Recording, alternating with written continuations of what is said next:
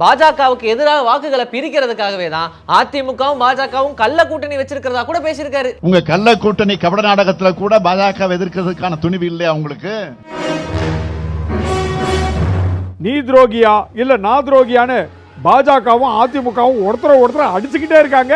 அதிமுகவில் இருந்த ஒரு பெரிய மனிதர் உள்ளடி செய்தார், முதுகிலே குத்தினார் என்று நான் சொன்னேன்.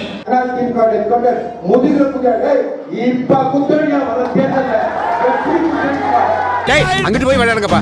எடப்பாடி பழனிசாமி பல்ல காட்டினாரா? யார்கிட்ட காட்டினாரு? எப்ப காட்டினாரு? கல்ல காட்டுறது பெட்டரா பல்ல காட்டுறது பெட்டரா?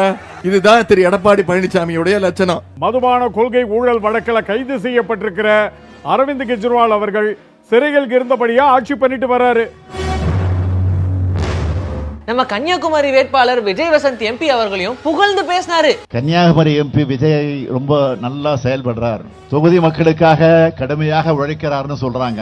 தம்பி விஜய் வசந்துக்கு உழைக்க சொல்லி தரணுமா? யாருடைய மகன்? அதாகப்பட்டது மகாஜனங்களே. சார், நீங்க என்ன வேணும்னு சொல்லவே இல்லையே, வந்ததுல இருந்து அமைதியாவே இருக்கீங்க. தம்பி, நான் ஒரு பெரிய விளையாட்டு வீரங்கிறத தெரிஞ்சுக்கிட்டு என் ஒய்ஃப் என்ன இங்க கூட்டிட்டு வந்திருக்கா. கொஞ்ச நேரம் வெயிட் பண்ண மாட்டியா? அதானே, கடையில வாங்குறதுக்கு தானே எல்லாத்தையும் வாங்கி வச்சிருக்கீங்க. அவசரமா எங்கயாவது மீட்டிங் கிளம்பிட்டீங்களா என்ன? அங்கங்க அரசியல் மீட்டிங் அனலா பறந்துகிட்டு இருக்கு, அதனால கேட்டேன். ஹலோ மேடம், என்ன கலாய்க்கிறீங்களா?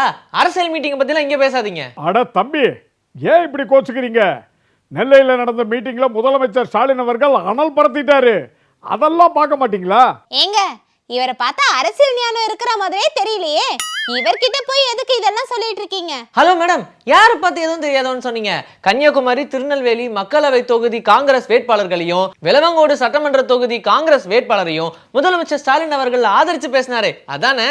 அதுல நம்ம கன்னியாகுமரி வேட்பாளர் விஜய் வசந்த் எம்பி அவர்களையும் புகழ்ந்து பேசினாரு, அது கூட எனக்கு தெரியும். கன்னியாகுமரி நாடாளுமன்ற தொகுதியுடைய வேட்பாளரா இங்கே நிற்கக்கூடிய நம்முடைய அருமை சகோதரர் விஜய் வசந்த் பத்தி சொல்லணும்னா, எனக்கு வரும் ரிப்போர்ட்டுகளை கன்னியாகுமரி எம்பி விஜய் ரொம்ப நல்லா செயல்படுறார், தொகுதி மக்களுக்காக கடுமையாக உழைக்கிறார்னு சொல்றாங்க.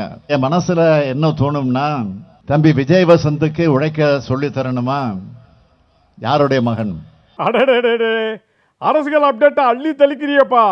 மோடி மீண்டும் ஆட்சிக்கு வந்தா அமைதியான இந்தியா அமளியான இந்தியா ஆகிடும்னு முதல்வர் ஸ்டாலின் அவர்கள் பேசியிருக்காரு.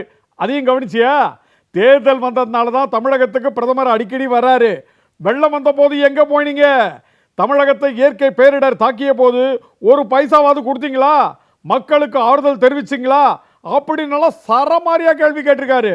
மக்கள் கடுமையாக பாதிக்கப்பட்டிருக்காங்க, அவங்களுடைய வாழ்வாதாரங்களை மீட்டெடுக்கணும்னு 2 இயற்கை பேரிடருக்கான இழப்பீடு மறுசீரமைப்பு நிவாரண தொகையாக 37,000 கோடி ரூபாய் கேட்டோம். தொடர்ந்து கேட்கிறோம், தந்தாங்களா? இல்ல. தேர்தலுக்காக மட்டும் தமிழ்நாட்டுக்கு ஒரு பிரதமர் கிட்ட நான் ரொம்ப நாளா உன்னை கேட்கிறேன், அதை இப்பவும் திரும்பவும் கேட்கிறேன். மாண்புமிகு பிரதமர் மோடி அவர்களே, தமிழ்நாட்டுக்காக உங்க தலைமையிலான ஒன்றிய பாஜக அரசு கொண்டு வந்த சிறப்பு திட்டங்கள் என்ன?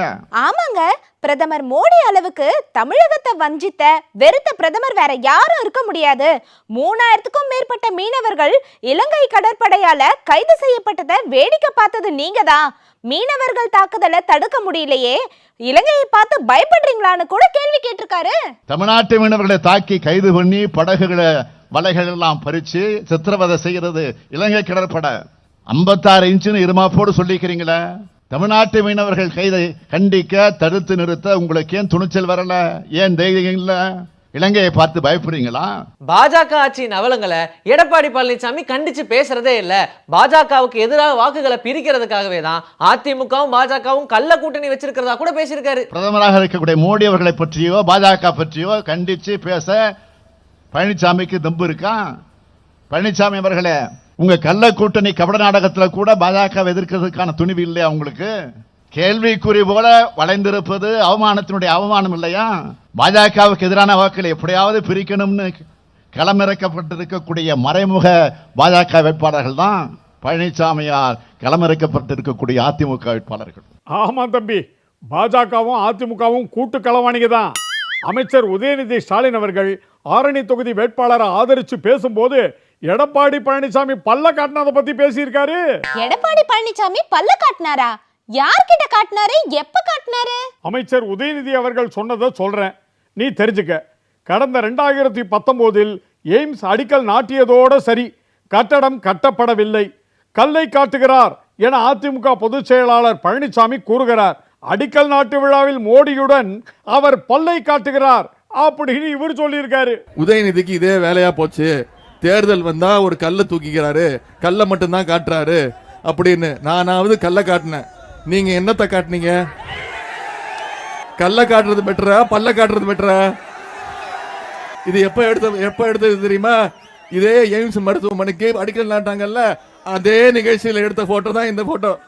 இதுதான் திரு எடப்பாடி பழனிசாமியுடைய லட்சணம். கன்னியாகுமரி மக்களவை தொகுதியில திரும்பவும் விஜய் வசந்த் அவர்களே போட்டியிடுறது அந்த தொகுதி மக்களுக்கு மகிழ்ச்சியை கொடுத்திருக்கு. கன்னியாகுமரிக்கு வந்த எம்பி விஜய் வசந்துக்கு பலரும் மலர் மாலை அணிவிச்சும் பொன்னாட போத்தியும் தங்களுடைய வாழ்த்துக்களையும் மகிழ்ச்சியும் தெரிவிச்சிருக்காங்க.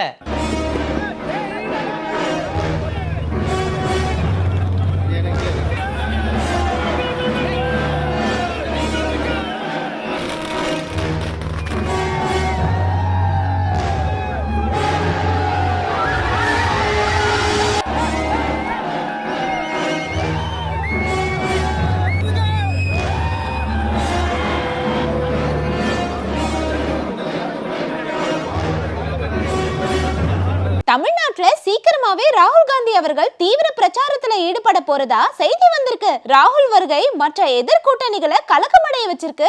சென்னையில் நடைபெற்ற தென் சென்னை மத்திய மாவட்ட காங்கிரஸ் கமிட்டி தொகுதி முகவர்கள் செயல் வீரர்கள் கூட்டத்தில் வேட்பாளர் தமிழச்சி தங்கப்பாண்டியன் ஆதரிச்சு காங்கிரஸ் கமிட்டி தலைவர் திரு செல்வ பெருந்தகை அவர்கள் பேசியிருக்காரு. அதையும் கொஞ்சம் பாரு. நம்முடைய கொள்கை கோட்பாடுகளை எல்லாம் இந்திய வரலாற்றில் பாராளுமன்றத்தில் பதிய வைத்திருக்கின்ற நம்முடைய வெற்றி வேட்பாளர் என் நண்பருக்குரிய அக்கா தமிழச்சி தங்கப்பாண்டியன் அவர்களை பெருந்தலைவர் காமராஜர் காலத்தில் தொடங்கி முத்தமிழறிஞர் கலைஞர் வரை தமிழ்நாடு தாங்கி பிடித்துக் கொண்டிருக்கின்ற தலைவர்களாக நம் தமிழகம் திகழ்ந்து கொண்டிருக்கிறது. அந்த அடிப்படையில் நாம் அவரை தமிழ்நாட்டில பெருவாரியான வாக்கு வித்தியாசத்தில் வெற்றி பெற்றார் என்ற செய்தியை நாம் எல்லாம் கேட்க வேண்டும். பாஜகவோட அரசியல் ஆட்டம் கிட்டத்தட்ட முடிவுக்கு வரப்போது. எதிர்கட்சிகளை பழி வாங்குறதுக்காக மேற்கொள்ற எல்லா வழியும் அவங்களுக்கு எதிராகவே திரும்பி நிக்குது. மக்களால் தேர்ந்தெடுக்கப்பட்ட முதலமைச்சர்களை நியமன ஆளுநரை வச்சு மிரட்டுறது, மாநில முதலமைச்சர்களையே அமலாக்கத்துறையை விட்டு கைது பண்றது, இப்படி பல வேலைகளை மத்திய பாஜக அரசாங்கம் செஞ்சுட்டு வருது. அத சொல்றீங்களா? செல்லக்குட்டி, தம்பி சொல்ல வர்றது இதுவாதான் இருக்கும். மதுபான கொள்கை ஊழல் வழக்கில் கைது செய்யப்பட்டிருக்கிற அரவிந்த் கெஜ்ரிவால் அவர்கள் சிறையில் இருந்தபடியா ஆட்சி பண்ணிட்டு வர்றாரு.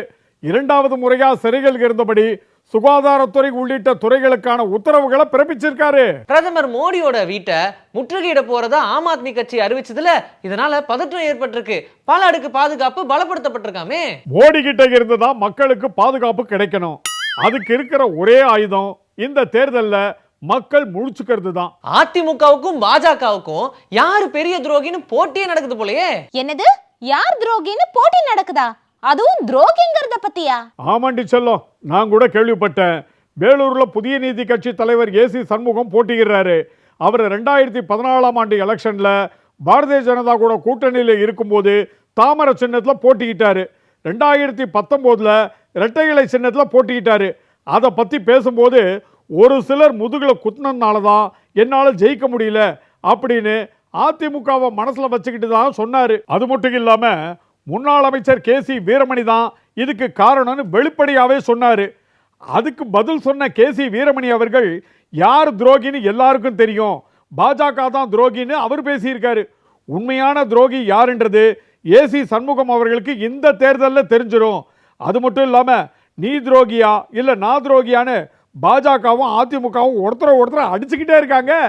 அதிமுகவில் இருந்த ஒரு பெரிய மனிதர் உள்ளடி செய்தார், முதுகிலே குத்தினார் என்று நான் சொன்னேன். இரட்டைக்கு சொந்தமான வாக்குகள் திமுக இந்தியாவிலே தமிழ்நாட்டிலே முதல் முறை இந்த வாணியம்பாடி தான் கூட்டி வந்து காய்கறிகளை அழைத்து வந்து இரட்டைக்கு நிற்க வைத்து பழி வாங்கினார்களா இல்லையா? ஒருவர் தான், அந்த ஒருவர் செய்த சூழ்ச்சிதான் ஒரு மிகப்பெரிய 8000 வாக்குகள். அவர் என்ன சொல்றாரு, துரோகிகள் அதிமுகவை துரோகம் செய்து விட்டார்கள். அதனால்தான் தோல்வி அடைந்திருக்கிறோம். இன்னைக்கு போய் எங்க போய் ஒட்டி உருவாடி இன்னைக்கு அந்த சிம்பல் எடுத்து தாமரைய ரோட்ல நின்னுக்கிறியோ அந்த சிம்பல் தான் உனக்கு குட்டி சிம்பெட்டு. அன்னைக்கு இல்லைன்னா நீ தோக்கலா என் கொண்டு உன்னை தோக்க வச்சு போன சொல்றாரு முதுகுல குத்திட்டாங்க. அதிமுக முதுகுல குத்தாரு. இப்ப குத்துறீங்க அங்கிட்டு போய் விளையாடுங்கப்பா சார் இவங்க அடிச்சுக்கிறத பார்த்தா வருத்தப்படாத வாலிபர் சங்க படத்துல சூரியும் சிவகார்த்திகேயனும் மாறி மாறி அடிச்சுக்கிட்டு இருக்கும்போது எப்பா அந்த பக்கம் போய் விளையாடுங்கப்பான்னு ஒரு கேரக்டர் சொல்லுவல அந்த மாதிரி இருக்கு. என்னதான் இவங்க ரெண்டு பேரும் சீரியஸா நடந்துக்கிட்டாலும் மக்களுடைய பார்வையில இவங்க காமெடியா தான் தெரியுறாங்க. சரி அவங்க அடிச்சுக்கிறது இருக்கட்டும், நீங்க அடிச்சுக்காம சொல்லுங்க, நீங்க எந்த ஸ்போர்ட்ஸ்ல கிங்கு, உங்களுக்கு என்ன பொருள் வேணும்? ஏங்க சொல்லுங்க, நீங்க தான் பெரிய விளையாட்டு வீரர்னு சொன்னீங்கல்ல, என்ன வேணும்னு சொல்லுங்க. செல்லக்குட்டி, என்ன விளையாட்டு பொருள் வாங்குறதுன்னே எனக்கு தெரியல. ஏன்னா என்னை சுற்றி இருக்கிற என் நண்பர்கள் எல்லாரும் என்னை எப்போ பார்த்தாலும் தீராத விளையாட்டு பிள்ளைன்னு சொல்லுவாங்களா, அதை நம்பி நான் இங்கே வந்துட்டேன். ஏங்க சும்மா இருங்க, சும்மா ஒரு பேச்சுக்கு சொன்னா டப்புன்னு சொல்லிடுவீங்களா? எக்ஸ்கியூஸ் மீ சார் மேடம், நீங்க வர வேண்டிய இடம் இது கிடையாது. நீங்க வேற இடத்துக்கு போகணும், இடம் மாதிரி வந்துட்டீங்கன்னு நினைக்கிறேன். ஒரு நல்ல டாக்டரா போய் பாருங்க, உங்க மூளையில ஏதோ பிரச்சனை இருக்கும். அதாகப்பட்டது மகாஜனங்களே,